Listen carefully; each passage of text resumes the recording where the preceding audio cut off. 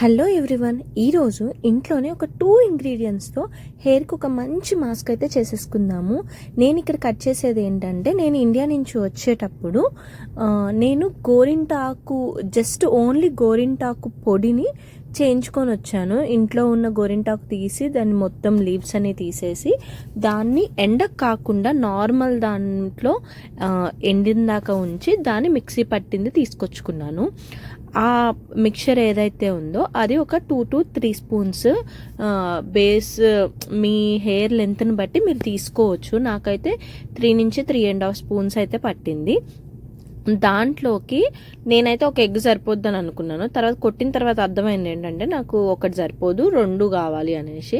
కానీ చెప్తున్నాను ముందే, ఇదైతే మస్తు స్మెల్ వస్తుంది పెట్టుకున్నాక, కడుక్కున్నాక కూడా. మళ్ళీ సెకండ్ వాష్ మీరు చేస్తేనే మీకు అది పోతుంది, అదైతే ముందే చెప్తున్నాను. కానీ దీనికి వచ్చేంత బెనిఫిట్స్ నాకైతే ఇంకా ఏ హెయిర్ మాస్క్లో అయితే నాకు రాలేదు.